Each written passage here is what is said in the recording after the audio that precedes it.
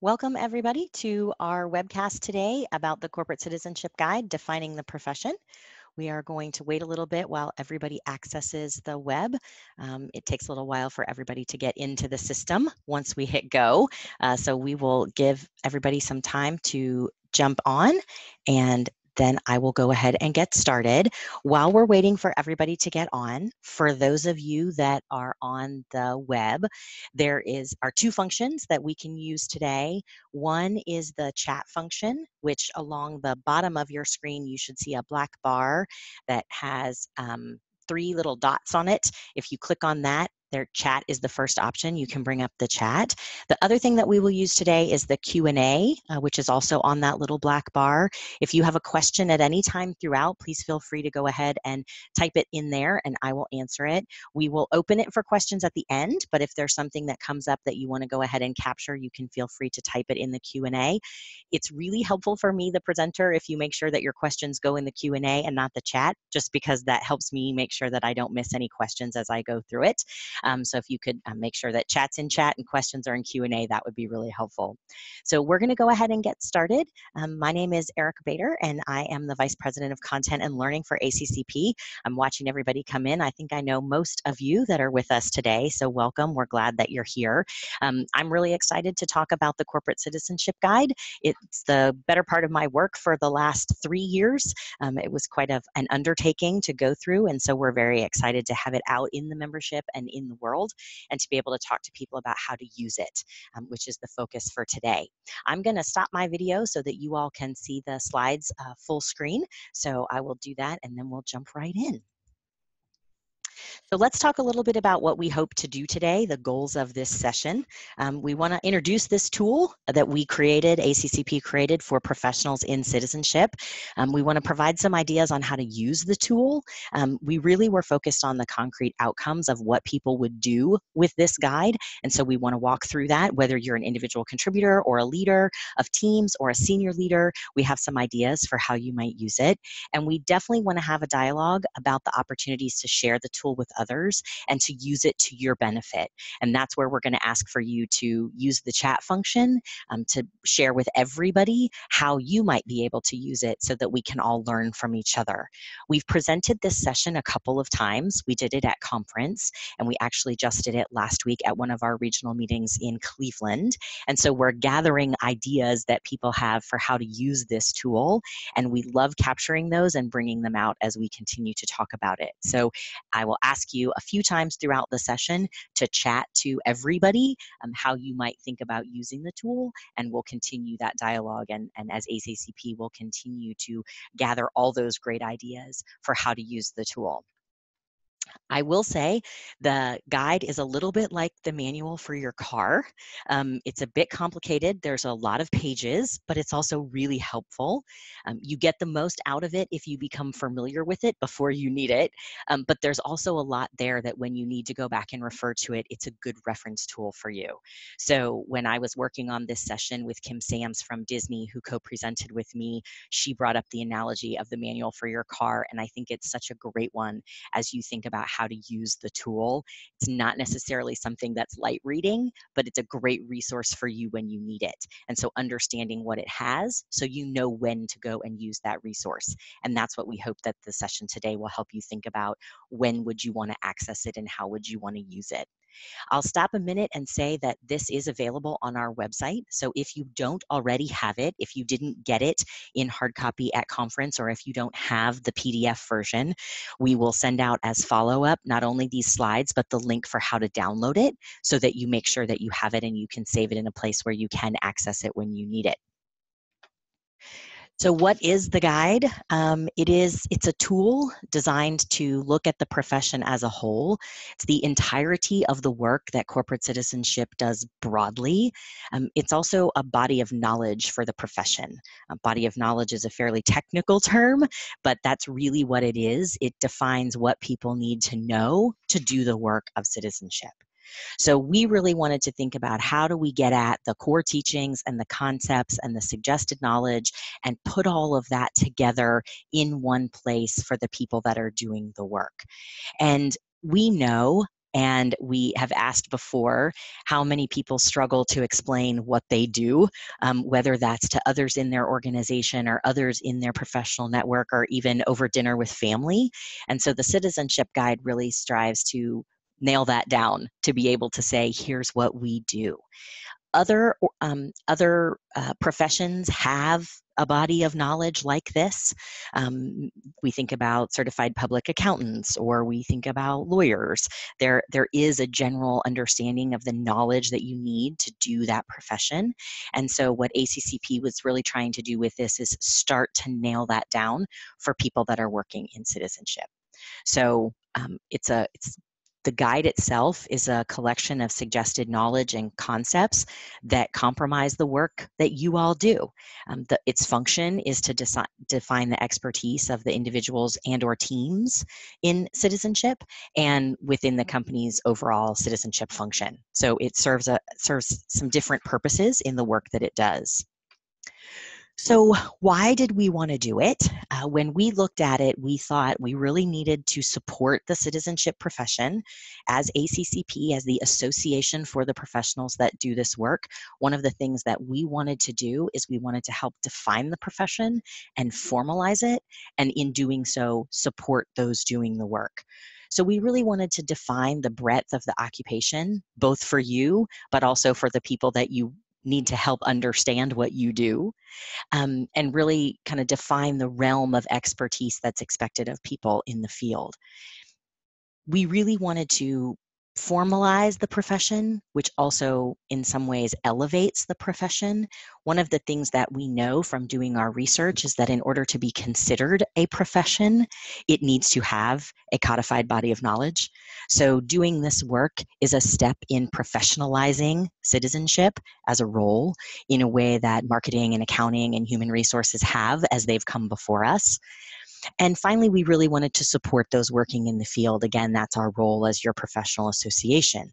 It also helps us make sure that we provide training and programs and content that is going to support the work, and that it also is one of the things that came up in a survey that we did in the fall of 2016, where we asked members what would be most valuable. And this was one of the things that came up. Really, how do we identify the work that we do and start to put some boundaries around it so that people understand? So there's many different ways that we think that this is important, and all of them really are back to the member service that we provide as the association and the multitude of benefits that we think that something like this could provide, which is why we embarked on the project to create it. So how did we get here? I'm going to spend a little bit of time talking about the history before we jump into the guide itself. We think it's important that you all understand, one, for your own importance to understand how we got here, but also if you're using the guide to help others understand the work, it's very helpful to be able to say how this guide was created. And if there's a little bit of pushback or question, you know the process that we went through and how thorough we were in getting to the guide itself. So one of the things that we did, we started this a few years ago, and we started with reviewing the models that were out there. We had a committee that was our education committee made up of member practitioners, and we asked them to review models to say what really is going to make sense as a starting place for ACCP and for those working in citizenship. And so we came up with, we wanted a body of knowledge. Many of you might be familiar with competency models, which are more behavior and skill based. The education committee decided that we needed to walk before we ran. And so we started with knowledge. We always have the opportunity to build up into behavior or skill, but we started with knowledge because that's kind of the foundation. We created an individual draft as the committee, and then we revised the language. We had focus groups, and we utilized the ACCP board at the time to review that draft. We wanted to make sure that it resonated with the people doing the work. In order for this guide to be useful, the people doing the work need to recognize their work within it. And so that was really built into the process. We went out to survey on the relevance and the importance of the content, and then we finalized the document using those comments and taking into account the feedback that we had gotten in the education committee. The 2017 Education Committee was the group that did the lion's share of this work, and their names are up on the screen. Part of the reason that we include this is because they did an awful lot of work and we want to recognize them for it, but we also want everybody to understand the types of people that were involved, the companies that were represented, the perspectives that were in those conversations as we walked through and created this guide. The focus groups, again, some of the companies that participated, and we really looked for companies that were large, small, came from different industries that could bring those different perspectives. And then the survey went out to the entire database, and we had almost an 8% response rate, which seems very small, but for those of you that may do surveys, that's actually quite impressive. A survey like this, you'd be lucky to get 2%. So we were very happy with the result that we got and the number of people that weighed in on the work that we were doing. So now let's talk a little bit about the guide itself and where we landed. We landed with 5 categories. In each category, there are what's called domains, and there are 19 of those total. And in each domain, there are individual knowledge statements. And so again, we looked at the knowledge that people need to do the work, not necessarily behavior or skill yet. As you are going through and looking at the guide, you can think of each of the statements as starting with an understanding of. We didn't include that in the guide because it would have been terribly repetitive by the time we were done with 19 domains and all those knowledge statements. But that's inherent in each of those statements, that they start with an understanding of. So here's the breakdown. Across the top, you see the 5 categories: corporate citizenship, strategy and management, community investment, measurement, employee experience, and operations. And under each of those are the domains that fall into that category. And when we looked at it, we actually backed into the categories.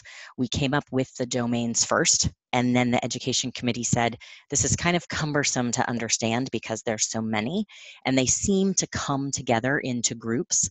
And so that's when we said, well, let's put some categories in and then include the domains under each to make it a little more digestible for folks. So this is where we landed with corporate citizenship, strategy, and management is first on purpose. That's the only one that's in a certain place on purpose.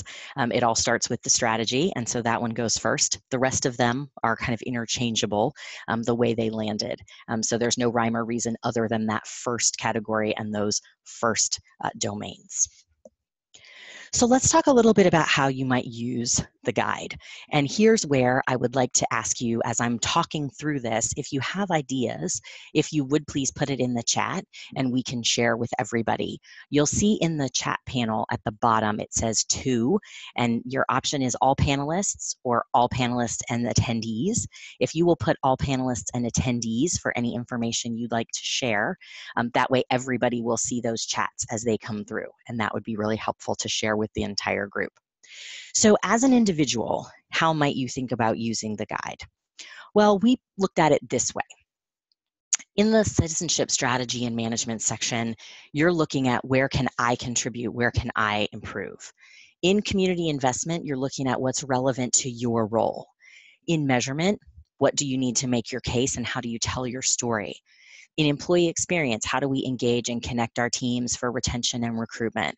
And then in operations, the strong mechanics are essential, and are we doing those? Is that part of my work?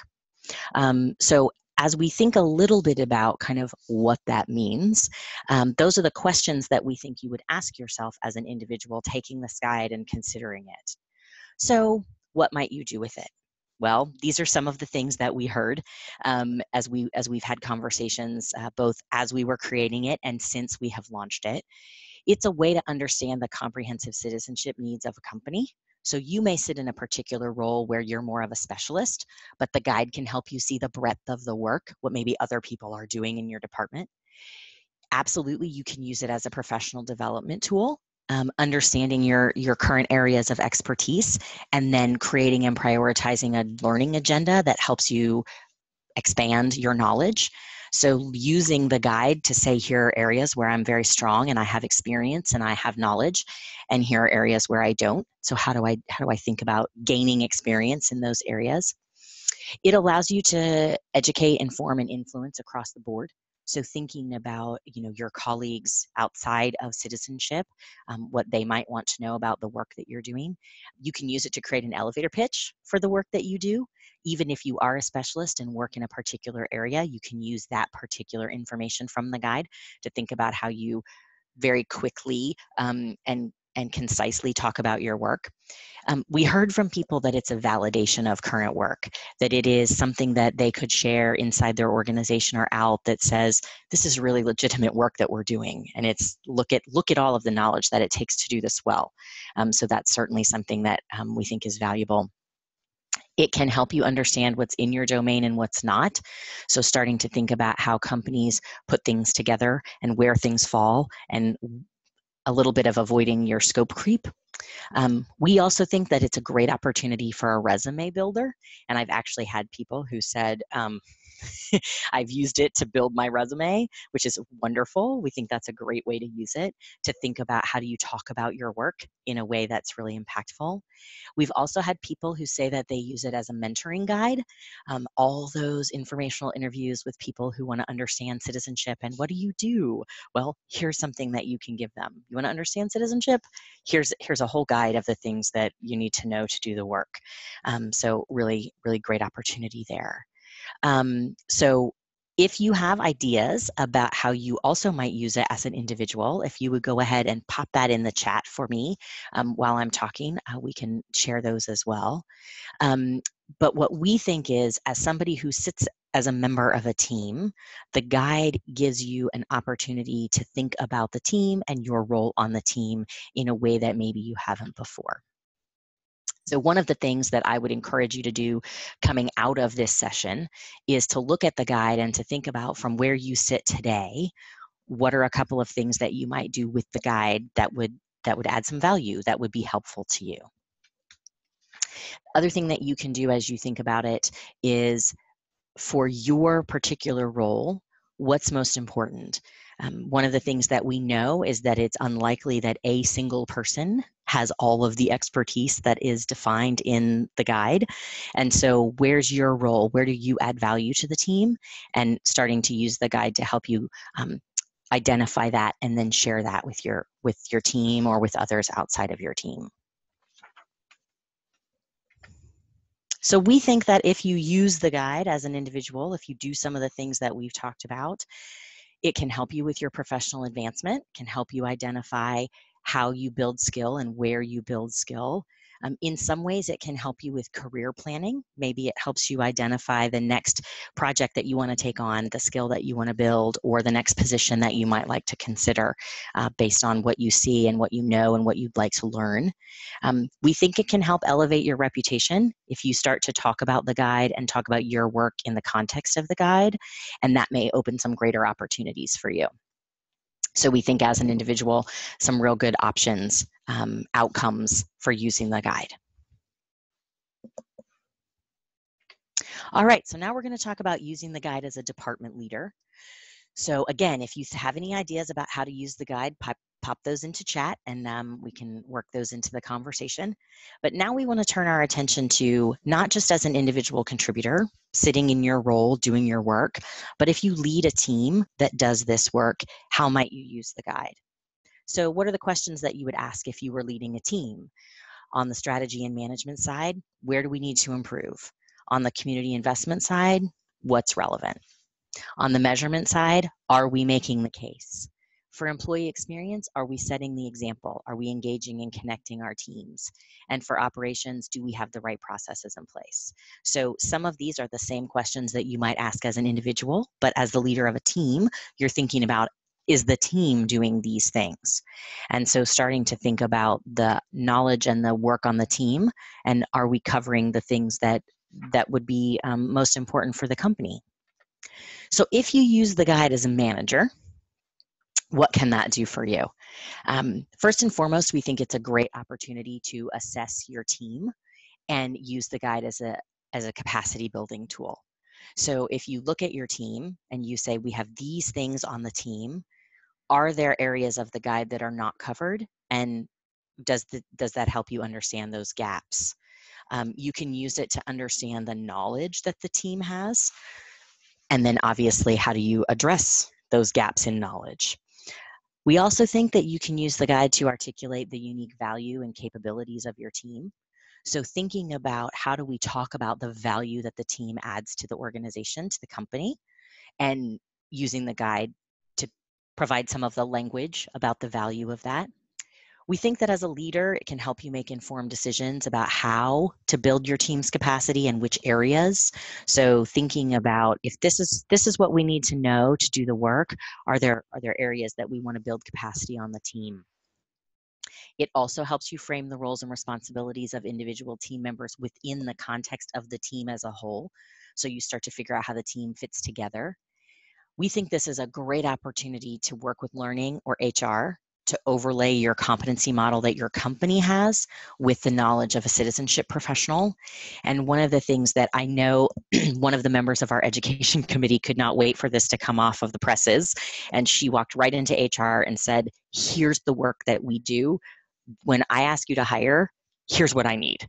And so it has really helped her help HR understand how to hire. And then by the same token, help the learning or training and development people understand how to train and what information would be most valuable for the team. It can help you set department and individual goals. So thinking about, are we doing the things that we should be doing? Are we spending time in the right areas? I know that people have used the guide to build job descriptions and even job postings to start to say, we're looking for people that have these knowledge statements built in. And so thinking about that as well. Some people have said that they have used it for in their budget conversations to start to say, if this is what citizenship looks like broadly, where are we as a company invested and where are we not? And how do we get some budget dollars to invest in those other areas? And we've also seen people use it as a reporting framework and starting to put their work in the same structure as the guide, kind of a way to think about that. Also, as a manager, great opportunity to avoid mission creep and to think about how do you say what lives in citizenship and what doesn't. And then again, starting to connect your learning opportunities for your team back to what's in the guide.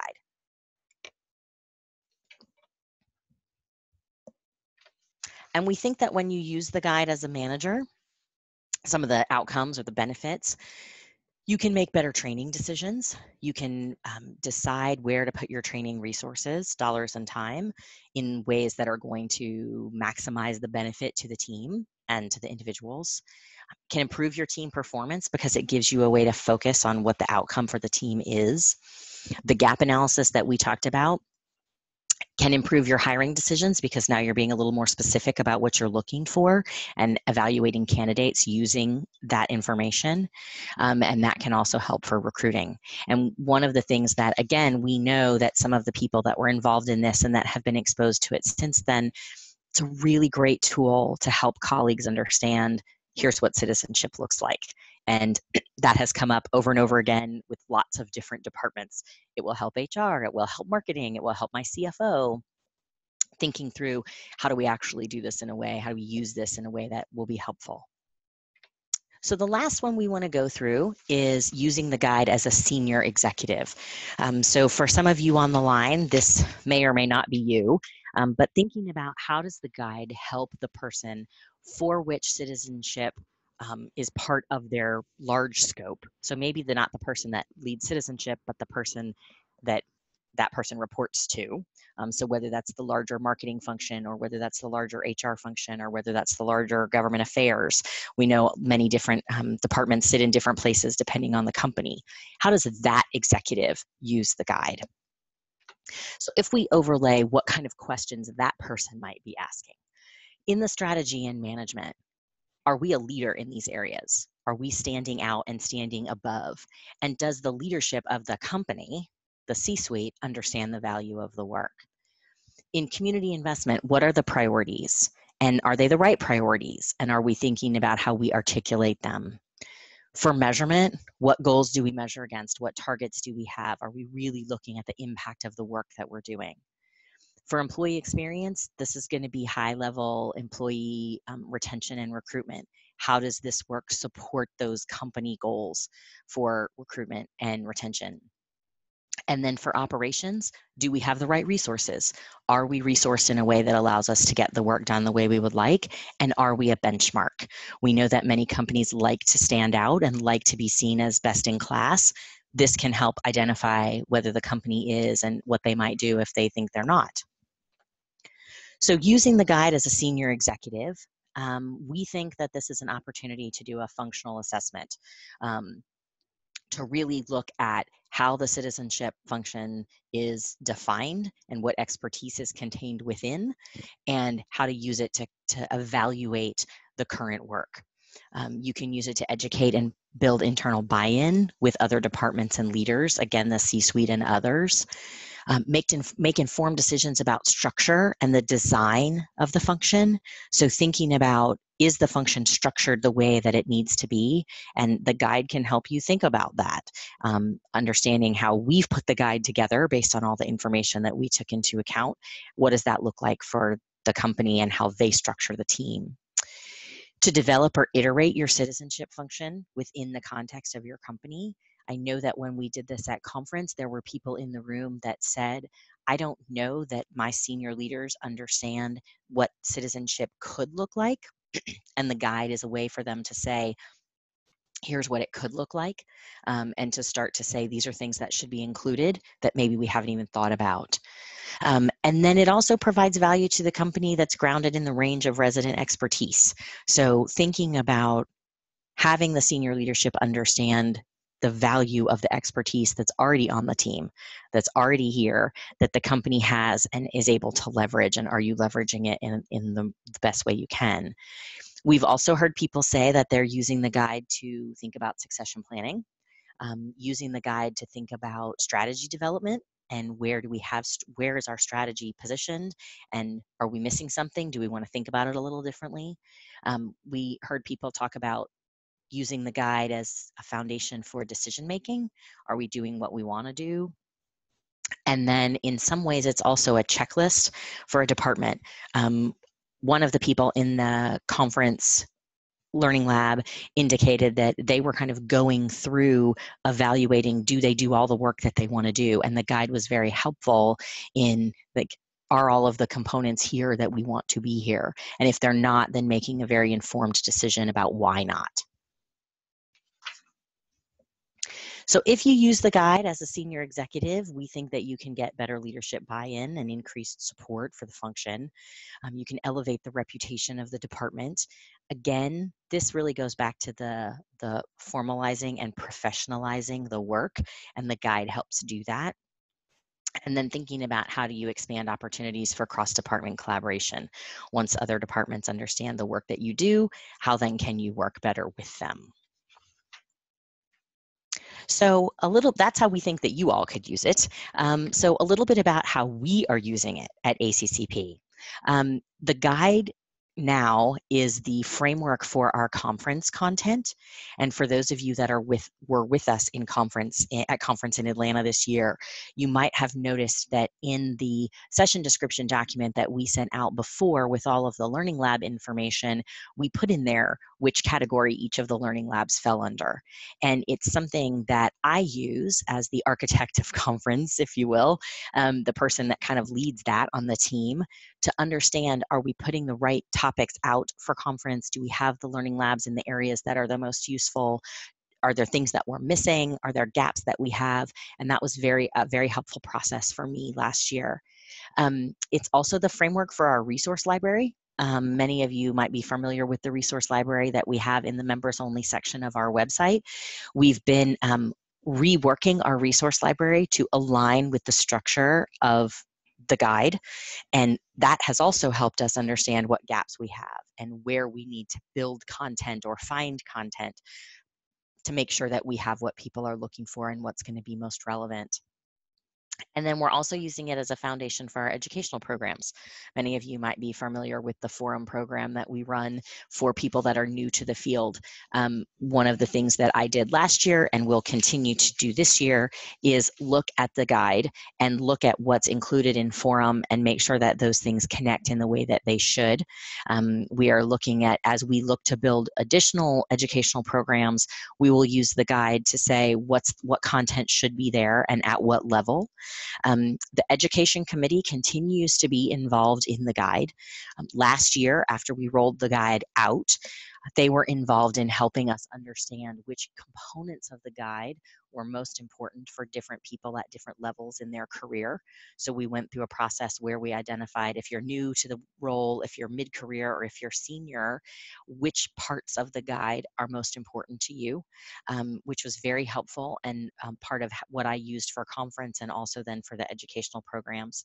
This year, we have the Ed Committee again working with the guide, and it will continue to be a foundational document for us. I will say in closing, it is a living, breathing document. So while we feel great about where the guide is right now, we know that it will be iterative and that we will need to revisit in the next couple of years to make sure that the guide is still reflective of the work. And so that will be something that ACCP will be doing on an ongoing basis and regular basis to go back out and say, how has the field changed and how does the guide need to change to reflect that? The guide is a point in time. This is the knowledge that is required. So we need to make sure that we're keeping up with the point in time. And that's something that we will do that will again be run through our education committee when the time comes to reevaluate the content. So with that, I'm going to close. I know that we have an opportunity for questions or chat. So if there are any questions on the line, if you would use your Q&A panel to submit that question, and I will go ahead and answer it. As I mentioned, there will be follow-up from the session. You will get these slides. You will also get the opportunity to get to the guide itself if you don't already have it. So you can kind of dig into it. So that follow-up will be available to you after the session. So if there are any questions coming through the chat, I will take those.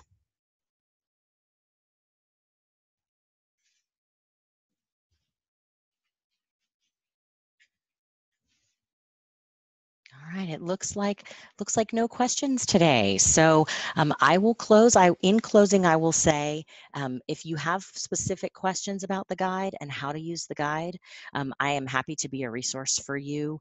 If you would like to talk through how this might work for you individually or you as in your company, I'm happy to have that conversation with you to think about how to overlay it with your competency model or how to talk to other members of the team about it. And if, as you go away and think about the session and look through the guide, if you have other great ways that you might use it, we would love to hear that. As I said, we've been building out those few slides on how to use it with additional information every time we present this particular presentation. So we'd love to hear how you use it and success stories of it being out in the world as a good resource for people doing the work. So with that, I will close. Thank you so much for being with us today. I hope you all have a wonderful holiday next week, and we will see you at our next event. Thank you so much.